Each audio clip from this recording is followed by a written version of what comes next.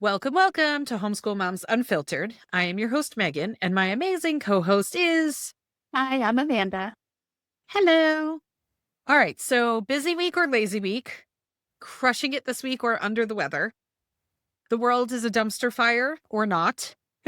We show up because that's our jam. We don't polish our lives and only share the highlight reel. Show up here with us, you'll get authenticity. Messy, imperfect us week after week.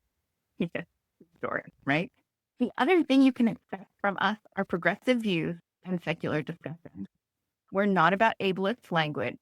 We believe disease registries are a fucking awful idea. LGBTQIA plus kids matter.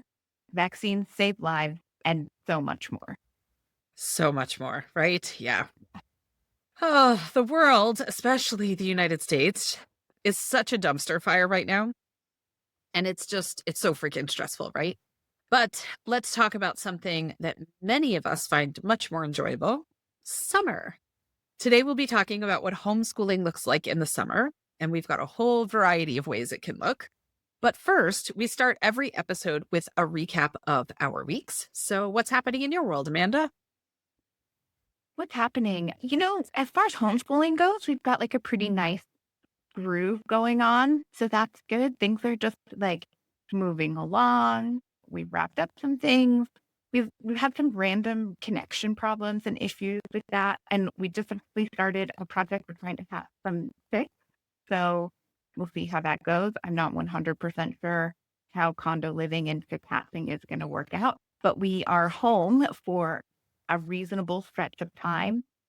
I say that, but that's not exactly true. We've got some short trips. So we're mostly home where we can be actually having some fix. So that's an exciting project. We'll see how that goes. The biggest thing in my world is, I think I mentioned it last week, but I finally went and saw this new specialist that I've been waiting forever to see. And he decided he wanted to try like a 3-month course of antibiotics to see if it helps with some head issues that I'm having. And yeah, like there's just not really any world where 3 months of antibiotics feels like a good thing. So I'm really thankful that I was back to my chronic illness baseline before this nonsense started, because it's kind of kicking my ass. Like it's not like a big headache, but I'm going on, day 7 of having like this kind of just like low key headache there. And I don't really want to take anything for it, because if this is going to be like my everyday for the next 3 months, it doesn't really seem like a good idea to be taking medication every day for 3 months for a headache. So yeah, like it just makes me a little extra cranky. And all I really want is like, you know, white bread and saltine crackers. So yeah, it is what it is. The joys of chronic illness. It's one of those big, like you see those memes come around all the time where it's like, oh, your friend is like, well, I would argue they're not your friend, but a person is like always something with you. And it's like, yeah, yes, it's almost as if I have a chronic illness, like imagine. But yeah, Kind of how that works. yeah, exactly. Not that complicated, but it seems really hard for some people to grasp. So how about you guys? You've moved, you're in a new city. We did. So we were in Vienna last week when we recorded, and we were recording from 2 a.m. to 5 a.m. because the place we were staying had really crappy Wi-Fi. And that was the only time that very few people were on the Wi-Fi, and the common area where the Wi-Fi was the best of the worst functioned. And so it was quieter at that time. So we were supposed to be there another week. And I was like, there is no way I can work like this for another week, right? I teach classes online and I can't. So thankfully they were able to refund us for what we paid to stay in Vienna that extra week. And so we we wanted to come to Prague, but it was Easter week and that weekend was booked. So we hopped over to Bratislava, which is like a 1-hour bus ride, and we could get a hotel room there on Easter weekend. So we did that for 2 nights and then went to Prague. So we're loving Prague. It's beautiful. And then next week we go to Budapest, which is our next hub that we're going to. So it's one of the biggest homeschool hubs of the year. There's like 100 teenagers going. It's prom. It's a whole to do. So that'll be pretty exciting. So yeah, I did think about you earlier today because I woke up with a stuffy nose and a sore throat. And I was like, I think I'm just going to like completely zonk out for the day. And I was like, Amanda would be like, this is like better than my baseline. And you're like, I'm going to just lay in bed and relax. And I'm like, but I don't want to get worse at the same time too. Like we have a really busy 2 weeks coming up in Budapest. So I've just been laying low, and I will totally be muting myself for my tissue breaks throughout our episode because my nose is just a little bit drippy. So that's Oh, good. The only other thing was I was telling Amanda, so if you've been following along, my oldest kiddo has been in Greece and Turkey for 6 weeks on a trip. And I was laughing because yesterday he called me and he was at a restaurant. I could tell he wasn't like panicked, but I could tell it wasn't like a chit chat phone call, right? So it was like kind of mhm. quick. And he was in a restaurant. He was trying to use one of my credit cards that he keeps on him. And it was asking for a pin. And I was like, there is no pin. Every once in a while that happens when we're in foreign countries. So I Mhm. was like, can you pay with cash? He's like, I'm out of cash. Okay. So, and he has his own debit card, but then there's fees and blah, blah, blah. So he's like, I'm with somebody else. They said they'll pay for lunch and I'll figure it out later. I was like, no problem. I'll transfer you some money, go to an ATM, get out money, blah, blah, blah. All this, right? I decided to take a nap in the afternoon. I wake up and I had a text from my mom from the BBC that there was an earthquake where he is in Istanbul. So right away, I call him and I'm like, hey, I saw there was an earthquake. Are you okay? He's like, oh, yeah, that happened before I talked to you about the money at the restaurant. And I was like, at no point in this process did you think, like, my mom might see this on the news and be like, I wonder if my kid is squished under a door frame. Maybe I should send her a text and just be like, there was an earthquake, but I'm fine. Nope. Did not do that thing. Like, the mind of a teenage boy cracks me up, especially a neurodivergent teenage boy. He was like, I'm good. I've already talked to you since then. But I didn't know like the timing of everything, like if it was before or after or whatever. So I was kind of cracking up. But I was like, do you know what to do in an earthquake? And he was like, yeah, I'm good. It's fine. It was all good. I was like, oh my goodness. So I go, there's going to be more, just so you know. Like, I'm like, that might not have even been the biggest one. You never know. So, like, stay alert, pal. So far, so good. That's it. And it seems like maybe it's done. Oh yeah, all good. But yeah, I can't imagine. Did man, they're awesome. But whoo, buddy, I know. Like, any sort of like, I'm alive message would have been great, but whatever. good time. Yep. Okay. All right. So summer. When you're homeschooling, what does that look like?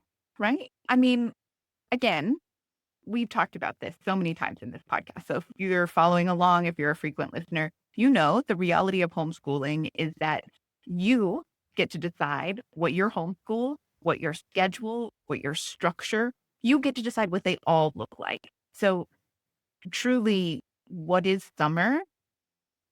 That depends on you. So for a lot of people, they want to take a summer break. This idea of, like maybe you have like these really fond memories of long days, enjoying summer break off from school. I know for me, there was like afternoons of watching bad soap operas and then, playing outside with your friends for hours and just, going to the swimming pool, the community pool, I mean, like just all of those things.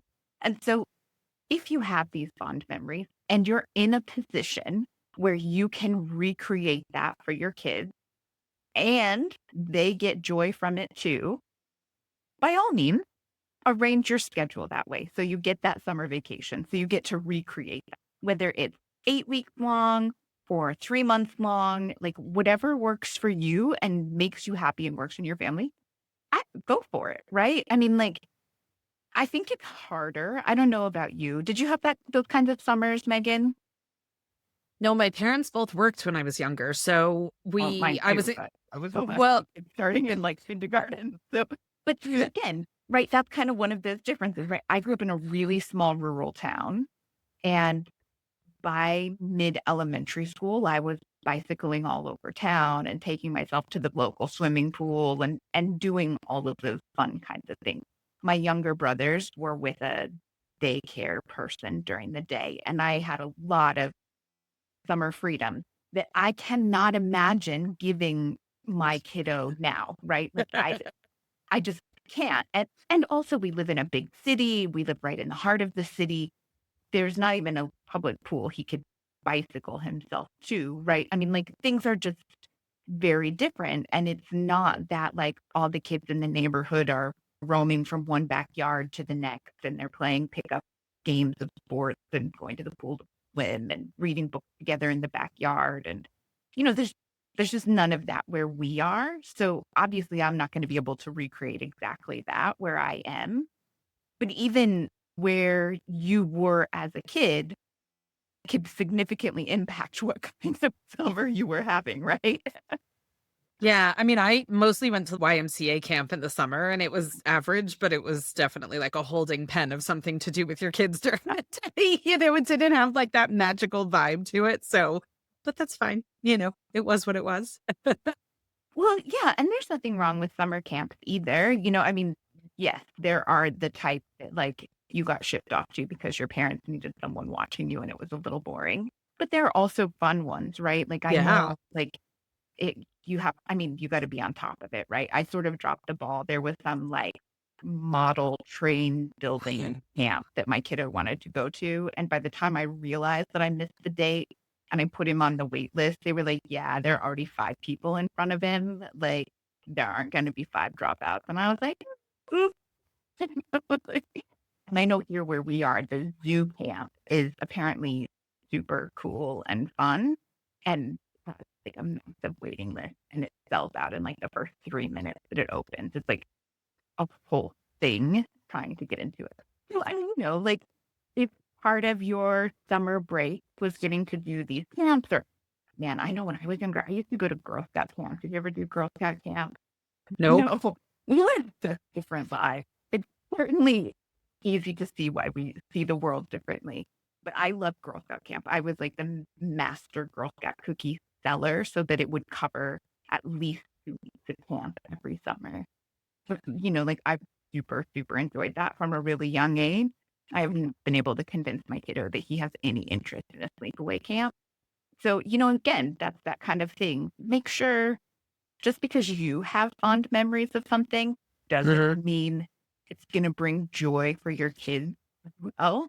And again, homeschooling, like good, positive homeschooling is a partnership with your Yeah. kiddos. And then, like listening to them and respecting what works for them. And of course, we might encourage, and we might occasionally push a little of like, maybe we should try something new or let's scaffold, let's put some scaffolding in place so that you feel comfortable doing this thing. But at the same time, if they're really like, no, that's not my jam. Like, no is a complete sentence, right? Yeah. Exactly. Yeah, I know. I was telling Amanda this week that Amanda's always talked about John Hopkins CTY Center for Talented Youth on our episodes, and it's been on my radar for years. I started seeing Facebook ads for it like back when we lived in North Carolina. And none of my kids have ever had an interest. And I've brought it up and just occasionally, right? Like every 6 months or whatever. Hey, remember this program exists? Like maybe I might see an ad on Facebook or somebody mentions it or you see it in a post. Nothing, nothing, nothing. And then finally, like last week, my kiddo was like, I think I might be interested in that. And we went through and we looked at all the mathematics classes, which if you're listening to this and you can barely get your kid to do a math worksheet and you're like, how the heck do you expect me to convince my kid to go to math camp over the summer? Like, not right. Like to Amanda's point, right? Like they have to be on board with it. It has to be a partnership. My kid loves math. So to him, that sounds like way more fun than anything else. I mean, I offered for him to just go to good old fashioned summer camp where sleep under the stars and swim in a lake. And he was like, no. my oldest and my oldest loves that camp. So it's like they're just all so different, right? So yeah, to your point, it was like he finally was on board and I was like, yes, okay, fine. So, he might go do a sleepaway of that this summer, next summer, whatever. We'll see. We'll see what he decides when we keep digging into it. But Well, yeah. And I'm sure for you, if you're sitting there thinking of like, what would an ideal summer break look like? You're not like math camp. I know because we've been talking about it like on and off for a while as far as like what in my mind, there needed to be something to go along with the math, right? Like I was like, maybe we should really like beef up science or something because what are you going to use this math for? I was thinking like you're going to use this math for like engineering, you're going to use this math for, research science. Like, what are you going to do with this thing that you love math? He's 13, so he doesn't need to know right away. But maybe if we start thinking about like elective type classes for high school and stuff like that, like how we want to structure that. Finally, he was like, I just want to do math. He goes, you can be a mathematician. And I was like, okay, like that never, I mean, of course I know you can be a Yeah. mathematician, but like the thought that someone would dedicate their lives to solving math problems, like to me is just so because it's not my world, right? Like, I hated math. Yeah. Also, that thing, right? It kind of goes to show that all of us can fall into that trap of like productivity. Like, okay, you want to Yep, do what does that lead to? What yep, what does that go with? What does that and sometimes it's fine. In fact, we would argue that a lot of times it's fine to learn just because you enjoy learning. Right. And so remembering as the parent to, take your steps. Especially, I mean, today's episode is about what you're gonna do around summer break. Like, truly, if you wanna do that year round and you wanna have more of an unschooling focus and you wanna see how that fits in, we have plenty of other episodes for that, but summer break is the perfect time for your kid to just be like, I really wanna write a movie script. I really just wanna play with math all summer long, like, these things. I wanna do a YouTube channel, and the rest of the school year, you're like, "You're not going to be a famous YouTuber. Can we think about something else that we're gonna do with your life?" But summer, they can go all in on a YouTube channel and do whatever they want, and you don't have to worry about monetizing it, you don't have to worry about the growth, and you don't have to teach them how to, you know, metrics or any of that. They can just do it for fun, and it can just be a fun summer project, yep. right? Yeah, absolutely, right? Yeah, so, I mean, the options are truly endless when it comes to summer vacation, right? There are some people, though, who school year round, and so summer is just kind of a continuation of the usual. I mean, for us, school is life, so yes, summer is a continuation of the usual. The kids are always taking classes, doing projects, stuff like that. My math kiddo changes it up. Instead of doing hardcore math on Outschool, he does hardcore math through Arizona State University. But like, that's his choice. That's still his interest led unschooling direction. So off he goes. But yeah, you could totally do that. I mean, I know for us, when we started homeschooling, the first state I homeschooled in was Florida. The third state I homeschooled in was Texas. Both of those are like living on the sun. Like, they're just, it's unreal. I thought Florida was hot. Let me tell you, when we got to Texas, it was literally like being cooked alive. It was so awful.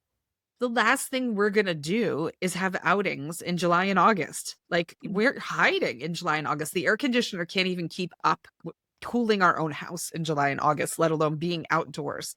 So, if you live in a place like that where there's a rainy season or something like that in the summer, do school, right? Take off. Like in Florida, January and February are amazing. Make that your summer break if you want to. And when it's raining for the entire month of June and you're sweating your ass off for the entire month of July, for both, and you're sweating your ass off for both the entire month of July and August, like, stay inside and buckle down and get some stuff done, right? Like, you can totally change it up. It doesn't have to look or feel any one way, which is really nice. The other thing that's really nice about doing that year round concept that we haven't talked about as much maybe is it gives you so much flexibility throughout the school year. So if there's something that pops up during the school year that you're super interested in and you decide you want to do that, or you're just burnt out, like you're all burnt out and you're kind of feisty and cranky and nobody's having fun learning, take a week off, take 2 weeks off, take a little break. You want to take the entire month of December off. We used to do December was like all themed. It was cooking and baking and lap books about the winter holidays and service projects and all kinds of stuff. You have that option when you're schooling year round, that you can take those breaks when you want to. You can travel when it's cheaper and less expensive, all that kind of stuff. You couldn't pay me. Somebody just posted something about going to Disney in the summer. And I think it was in like the traveling with the kids Facebook group. And I was like, honestly, there is no amount of money in this world that could get me. They were talking about going to Disney in the summer. And I was like, there's no amount of money in this world that could get me to Disney World in the summer. None whatsoever. It's awful. Well, yeah, and I mean, not obviously, there are people that don't this doesn't apply to, but so many people, one of the advantages of homeschooling is that you have the ability to travel when you want. And not only travel when you want, but travel when it's more affordable, right? Yeah. Everyone knows trying to travel during summer break is significantly more expensive.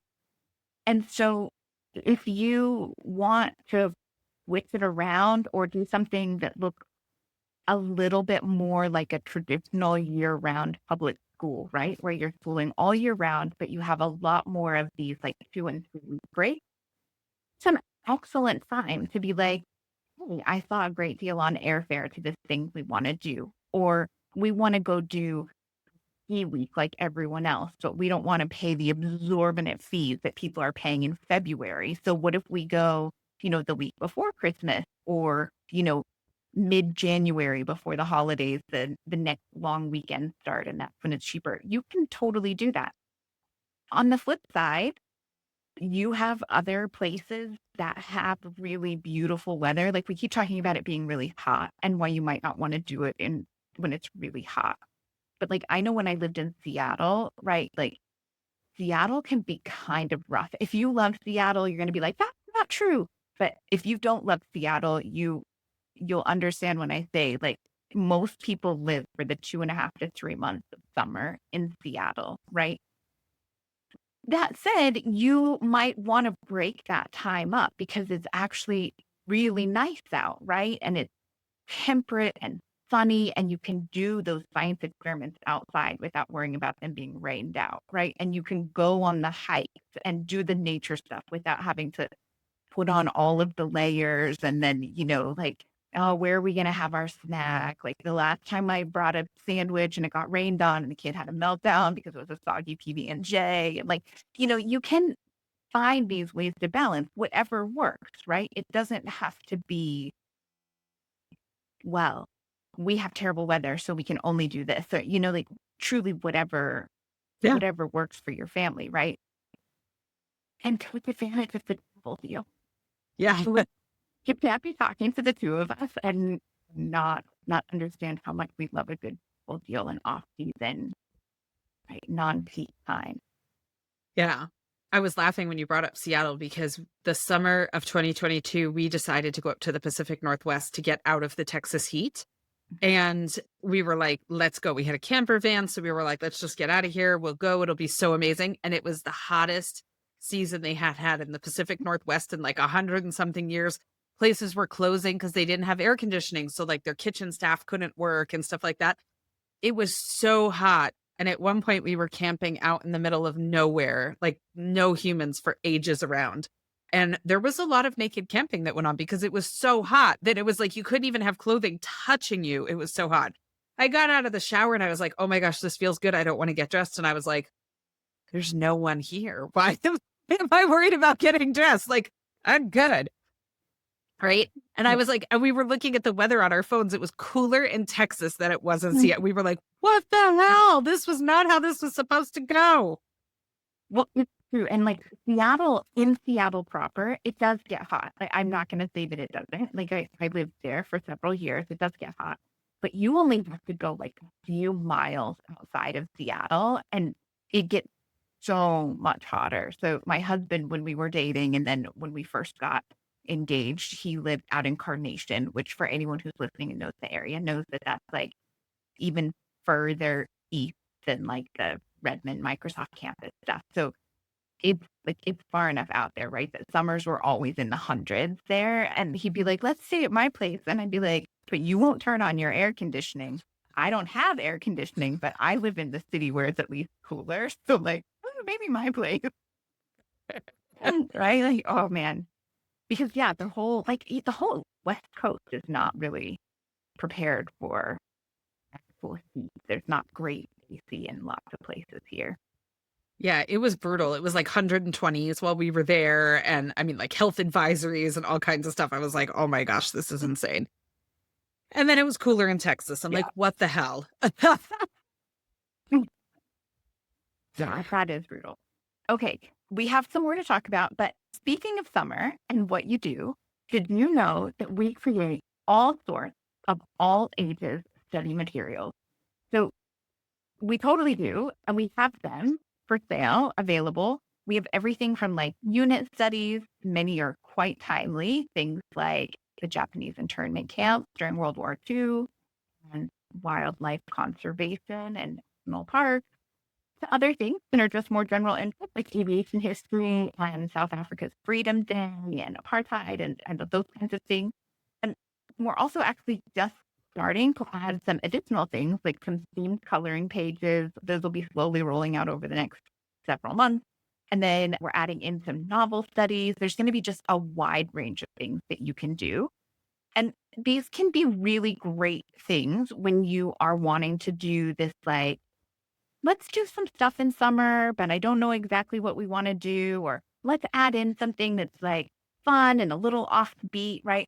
In our family, we usually do those in the month before Christmas and then also over kind of this summer break. And so, yeah, you can totally find them. We have them on Teachers Pay Teachers, and we will have them in our Patreon store. We're working on getting them there. So they may be there when this episode drops. They may be there shortly after this episode drops. We'll see. We're still trying to figure that out. Man, technology is not necessarily, yeah, tech. Whew, we're old. I don't know. I don't know what else to say there. I don't think it's us. I think the Patreon store is just kind of dysfunctional and poorly planned. I don't know. I'm not owning that one just yet. Like all of the social sites, right? Everyone, creators everywhere are moving, right? You've got the TikTok store, you've got the Instagram store, you've got Substack and ways you can sell things on Substack, and you've got like everyone has an option, but they are not all the same and they're not all well integrated. It was like every social media site was like, hey, we need to add that too, but then they didn't really spend the time they needed to make sure that it was actually like user friendly. Yeah. So anyway, we're working on that. There are things, we're always adding new things, right? Every month there's a new unit study. Oh, and actually, if you go both on our Patreon and in our Teachers Pay Teachers store, we have a free unit study over there so that you can get a feel for just our style and whether or not it works for your kiddo and your family. You totally go download that. It is 100% free. So yeah, check it out. Teachers Pay Teachers is in our Patreon store, and it's just homeschool moms unfiltered. We don't get terribly creative with it. Try to keep it simple. Life is complicated enough, right? Yes, like, please do not ask me to remember any other new weird random, like, acronyms and the, like, "Where do we go for this?" I'm always, like, sending Megan messages, like, "What was that thing that you were telling me about?" So, like, "I think some creator that I like was talking about some program, like, let me do you remember which creator it was?" So I can go look in their link tree to see if I can find the link to the other thing, to the, like, it's like, so, yeah. Easy to Google and find us. Okay, so we talked about all of those. Another option that kind of blends the two, and we were sort of alluding to it before, but it's kind of this idea of like a lighter summer schedule that's still like flexible year round homeschooling, right? And I think I definitely have friends who go all in on summer break. I have homeschool friends who love summer break and putting away the curriculum and just walking away and being done, right? And we have a few friends. I'm going to be honest, Megan is one of them. We don't have that many, but we have a few friends who are just like, learning is our life. We homeschool year round, and that's just how it is. Most of the people that I know tend to fall in this kind of third bucket of like, if we completely back away from anything learning or education from the summer, it's really hard to get back into the swing of things when the school year starts. So this idea of like, okay, we're gonna take it easy. We're gonna have a ton of flexibility.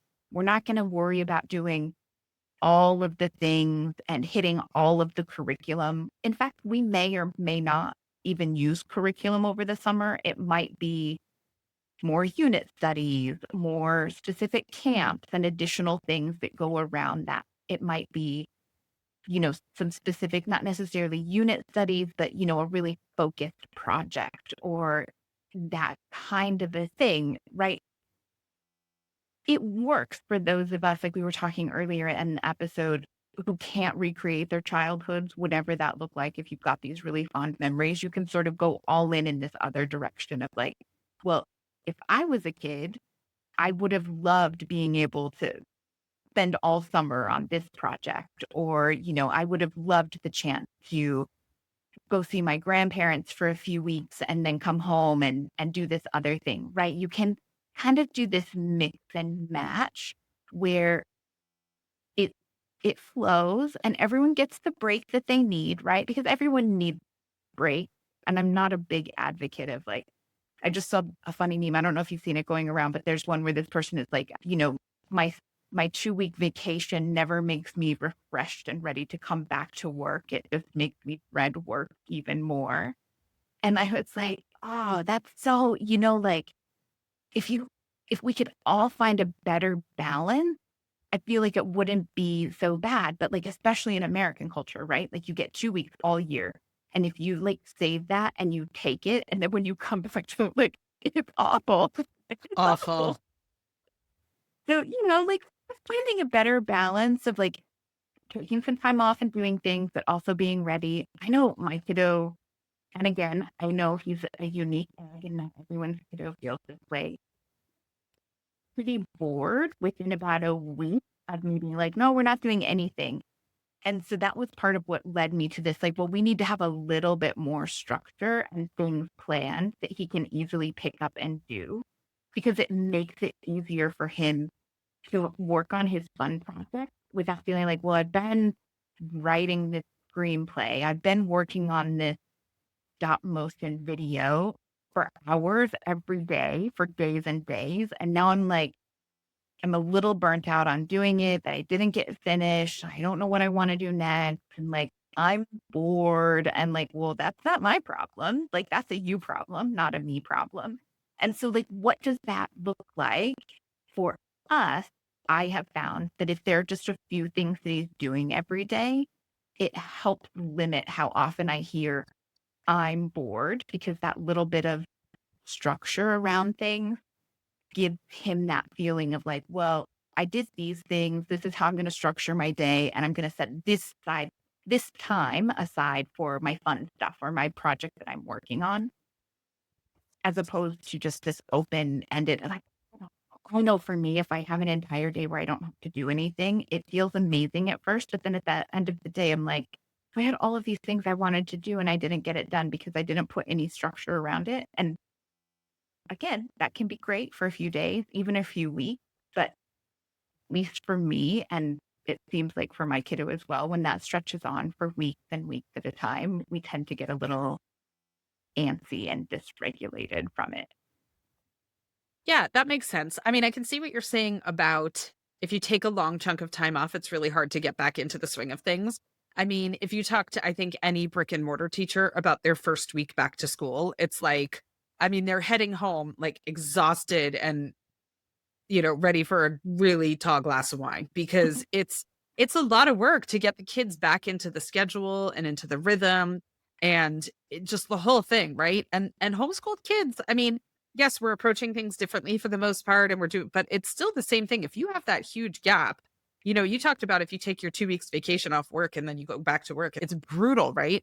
And so it's the same thing. If you take 2 full months off where they haven't done anything, that first week back, 2 weeks, 3 weeks, 4 weeks, right? It's gonna be a little ugly if you do it that way. So, even if it's lighter or it's different, right? It's not the curriculum, it's projects or it's interests with an occasional this or that coming from the parent here and there. It's not like the school year, but it still keeps just that little bit of a current running through the idea of we're learning, we're advancing, we're progressing, all that kind of stuff. So I think it makes perfect sense. I mean, there's statistics out there about the summer slide for public school kids. It's a real thing, right? I mean, teachers talk about the fact that they spend like the first 2 months of school trying to just get the kids back to where they ended the year before in June, which is why it makes no sense that our school system is still working off a farming schedule when the vast majority of children that go to school don't farm. But like when we lived in North Carolina, it was great because it was a year-round school schedule. And I don't remember exactly what it was because my kids didn't go to school, but it was something like 8 weeks on, 3 weeks off, or something like that, right? And it was great because you never had this massive chunk of time where their kids were completely just disconnected from learning. And it made it that much easier to get back into it when you went back in. So I like the idea of kind of, maybe turning the heat down, but not turning the heat off. Well, yeah. I mean, I know in my family, one of my extended family members was saying that their school offers summer school. And, when I was a kid, right? In the old days, summer school was always for the kids who were struggling, right? And it was this thing of like, well, if you need to, whatever. But I was talking with her, my relative, and she was saying that their summer school program, it's not like that. And one summer, they were like, we're going to opt out of it. We want to have this more traditional summer break. And the kids learned so much new stuff that her kiddo was really behind when he to school in the fall. And so there are a lot of things that are changing around this idea and what that looks like. But it's true, there are statistics that show the summer slide, it is real. It's maybe not as bad as some of the statistics out there. And there are easy ways to address it, right? This idea of like just making sure that you're reading, pleasure reading, summer reading programs or magazines, whatever that looks like in your home can have a huge impact. I think math is a little bit harder because a lot of kids like to sort of box up the math at the end of the year and be done with a lot of those concepts. And so it's true when you come back 2 or 3 months later, you're not remembering all of the concepts because you put them away in a box and you were like, oh, I'm done with that. And so, like pulling that box back out and reviewing all of the things, it takes effort. There are more unschooling ways to, kind of stay on top of that. If you're more academic aggressive homeschooler, there are options like the Summer Bridge workbook. It's like a super easy is not really the right word, but it's a super accessible workbook, I will say. It's got a page, one like the front side is maybe ELA and the back side is math. And it's just review concepts from the previous school year. And you just kind of are reviewing everything 1 page a day throughout summer. It really shouldn't take more than 10 or 15 minutes a day. But it's this kind of chance for you to see, like, oh, I guess we missed that. We might want to cover that, right? Or you can look at it and be like, well, we didn't cover that, but I don't really think there's any value to that. So I'm not worried about it, right? And you can just sort of keep tabs on it. And then it also keeps your kiddo just thinking about those things. And especially if they're younger and they've had to, you know, memorize timetables or random facts like that. And that matters to you. This is a chance for you to just slowly, gently kind of brush up on it without it being a big thing or, like continuing on with school just to like, hey, in the morning, before we go out to do X, Y, or Z, or before you turn on the TV, or before you jump on your tablet to make your stop motion movie or your YouTube channel, or whatever it is, like just do 1 page a day of this workbook. Easy peasy. It has other things thrown in there too. I know specifically the Summer Bridge workbook also has like some random map work that a lot of kids enjoy and some other little projects and things like that that, I mean, it might work. It might not work for you. And I know there's several options out there. Summer Bridge isn't the only one, but something like that could be helpful if you're wanting to do this lighter summer schedule where you don't totally get out of the groove of things, where you're like Megan said, that's a great analogy of like kind of keeping the current going. Like don't put a complete stop to it, but it doesn't have to be a big all-in educational, this is what we do for summer. You can totally find the balance there. That does sound like an amazing resource. As you like to say, probably not something I will be doing, but amazing resource nonetheless. I mean, I'm really invested in it. I'm like, I love that that resource exists. That's really cool. I will not be doing that thing, right? But that's the thing, right? Different strokes. Yeah. I mean, for us, yeah, I mean, it's really the same as the whole year. Summer is just more of the same, more interest led, more time to do things.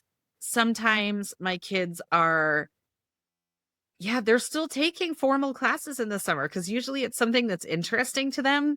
I know, for example, last year, my daughter took off from her college program the January semester because she had some time sensitive things that she wanted to do. There was an artist in Australia who was offering this online class and it was in March. And she was like, there's no way I'm going to be able to do this and keep up with my college workload. And there were a couple of competitions that she wanted to enter garments into, and the deadlines were at such a point, or magazine articles that she was writing and stuff like that. And they had deadlines. So she was like, I'd rather take school during the summer and free up my time then. And so she did.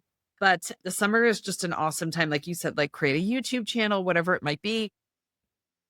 I mean, we've talked about heat being an issue, but like one of my kids was like blacksmithing during the summer, right? That was his thing. And I was like, it's Texas and you're like, what is wrong with you? Oh my gosh, the smell in the car on the ride home was just unreal. between the BO and the smokiness, it was like, because it was coal forges. So it was like, ugh.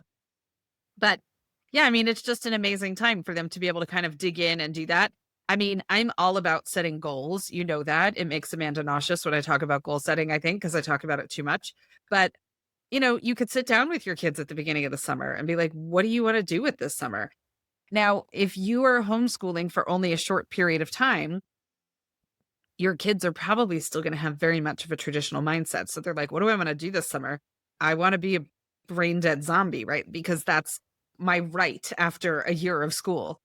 And so you're probably going to have to get really, really clever with your questions as far as how you kind of bring out of them what they're interested in and what they might want to explore a little bit more with you, but that you can do it, right? Those questions can be there. You just have to kind of go at it from every single angle, like a game of kerplunk where you're like trying to pull a straw out without the marbles falling down, that you can do it. So it's a great time for stuff like that. And maybe you're sitting down and creating like a summer bucket list with your kids, right? Like these are the things that I want to do. And in my world, I'd go to Canva and I'd make it really cute and we'd print it out and we'd check things off and all that kind of stuff. But it can look however you want because Amanda's like, I'm not doing that. She's like, Big happening in my world. so, you have all kinds of options there, but it's such an awesome time to kind of branch out and dig in a little bit, which I love. Well, that's true. And what you kind of early in that was, it made me think, or it's important to just quickly address hemispheres, right? Like we are in the northern hemisphere. We're both US based. So Megan is more in Europe now. But if you're doing all of this, it is important to remember, right, that the southern hemisphere has summer during our winter. And that matters for a couple of reasons. First off, if you're doing something like Megan Kiddo was talking about, and you're really interested in something that's coming from a creator, a class, a teacher, something from another hemisphere, you might need to or want to change things around because they're going to have some really great things during what we would consider our summer. And so keeping that in mind. But also, if you're wanting to travel and get good deals, right, it's worth remembering that they're going to have very different school breaks than we have, and taking that into consideration when you're looking not only at places in the Southern Hemisphere, but places that those folks might most like to vacation on their breaks, right? Because Yep. that'll really play into it. I see a lot of times in the travel group, like, I want to go here at this time and it's really expensive. I don't understand why. And people are like, well, that's because all of the Australians are going there at that time on their break, like that's a big break kind of thing. So worth keeping those sorts of things in mind as you're planning, and just remembering that, like, our summer isn't everyone's summer, and what that means, how that looks. Exactly. Yeah. Very different schedules. Yeah. The other thing that's pretty awesome in the summer too, if you want to keep learning going, but you want to do it in a really organic, natural way. I mean, especially if you have a kid who's newer to homeschooling or has some resistance to education, resistance to anything that feels formal, stuff like that, it's an awesome time for game schooling. I mean, you're not doing all of the curriculum and stuff like that. You've got a little bit more free time. There's so many games out there that are just so awesome. And I see all the time in groups where people are looking for like a birthday gift or a winter holiday gifts or something like that. And they're like, I need educational games. Most games are educational, right? There's so much that comes out of gameplay. Some are probably a little bit more educational than others if they involve like spelling of words like bananagrams or Scrabble or letter tycoon or something like that. Or if it's heavily involving currency and making change and strategy and stuff like that, those are probably going to be a little bit more quote unquote educational. But there's educational value in most games, even if it's things like pattern sequencing and strategy and cooperative play and teamwork and things like that. Like there's so much to be learned from game schooling that it's a super fun way to keep kids learning throughout the summer that they're not maybe as resistant to if they view summer as a time that is time to be off from school. Yeah, no, that's super true. I mean, I think for people who are really in the swing of things with homeschooling and who have done their deschooling, it's probably easier to maybe work in those unit studies and things like that. right? Your kiddos are going to be far more like, oh, yeah, this is a fun rabbit hole to go down. Let's learn about hurricanes and how that works. Or I think it is the hurricane unity where it's about the bridge building activity that we have. And like, I mean, my kiddos spent days doing bridges with different materials and then driving trucks across. And half of the time it was to see how badly the truck end up crashed at the bottom of the ravine. I mean, like, if you have already done a lot of that deconstructing work, it's a lot easier and a lot more fun to kind of do these rabbit holes with unit studies. But if you're not there yet, you've got a resistant learner, or we have a lot of people who listen to our podcast because they're just getting started, right? And they're like, well, we're going to take the summer off and then we're going to dive in. Absolutely. You can take the summer off. You might find it's helpful and useful to take the summer off and incorporate this kind of game schooling thing where you're, again, this idea of learning but making it fun, helping them realize whether they're consciously like, oh, this was fun and I learned this, or subconsciously like they're just having a good time. But as the parent, you know that they were practicing making change. I don't know if you're listening to this and you're a really young parent, you might not think this is a problem, but I'm going to bet that the vast majority of our demographic, which Spotify tells me is like in the 40-ish range of women. Like, how many times have you gone somewhere and they've told you how much it was and you pull out a 20 and then you're like, oh, wait a second. And you get out like your 13 cents and change because you don't want a ton of change from it. And they look at you like, but you already gave me Yeah. a 20, and they like try to give you your 13 cents back. And you're like, no, no, please don't give me a handful of change. Like, you've just melted their brain because they're not sure how to make change. Like, make sense, the allowance game, those kinds of things. And you know that you are teaching your kiddo math, really valuable life skills that you wish your barista had. Homeschooling, right? It was family game time or friend game time. It's easy to work that in, whether it's during the day or in the evening, after dinner, before you go for a walk, whatever that might look like. Yeah, and there's so much out there that's just super fun, and it makes it really cool. I mean, hello, Twister is PE. Hello, keep going. We're doing good. Right. There's a million ways to incorporate game schooling, which is pretty awesome. Yeah, no, totally. And I think that there are some really fun, like, geography ones that for us, Yes. we do that. And as we are reading about different places, and I'm quite well traveled, but we have a geography game that's got lots of things in it that I've not even really heard of. Right. And so as we're doing it, we set the card aside when we're done with it. If it's something that we want to add to our bucket list, or like that might be a place we want to travel to, let's put that aside and then go Google it and research it a little more to see if it goes on our like places we want to visit list.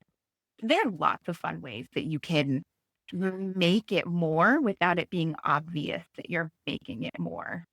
Yeah, totally. Yeah. I mean, while you were talking, I'm like, maybe they should all learn to play Risk or like Axis and Allies because I feel like all of that history is coming back around again. Those might be valuable life skills for our kids at this point, right? With where the world is Yeah. headed right now. So yeah, we've got those for sure. I mean, even just if having a big family puzzle I mean, I hate visual clutter. Like, I hate visual clutter. So puzzles are like really hard in my house because when things are laying around, they drive me nuts. But, if you can like dedicate a coffee table to one and it's just kind of like everybody sits around after dinner and does some, and it's like, it's just good family time. People can kind of debrief about their day and stuff like that. And it's kind of a connection point that's lower stress than the typical, which is nice. As long as you get a low stress puzzle. I saw one recently that was all number 2 yellow pencils and like hundreds of them in a puzzle. And I was like, that would not be a stress-free puzzle at all. A couple years ago, my parents do puzzles, and whenever we go visit them for a long period, and we do fairly often, we tend to make our there a few weeks, if not a month at a time. We all sit around and do puzzles, right? And they have a style that they really like. But my brothers and I, every once in a while, we give them really awful puzzles to do on their own. And a couple years ago, I got them this. Some people have probably seen it around. It's a succulent puzzle, and it's all just green succulents, but one side is bigger green succulents, and then the back side is smaller green succulents. And it's the worst puzzle in the world. Yeah, that sounds pretty awful. Yeah. That would not be super fun. Oh Yeah. my goodness. That's fantastic. Maybe don't do that for your summer game schooling. That will not encourage your kiddos to enjoy game schooling. Like, I hate puzzles, love puzzle trauma growing up. Like, no, thank you.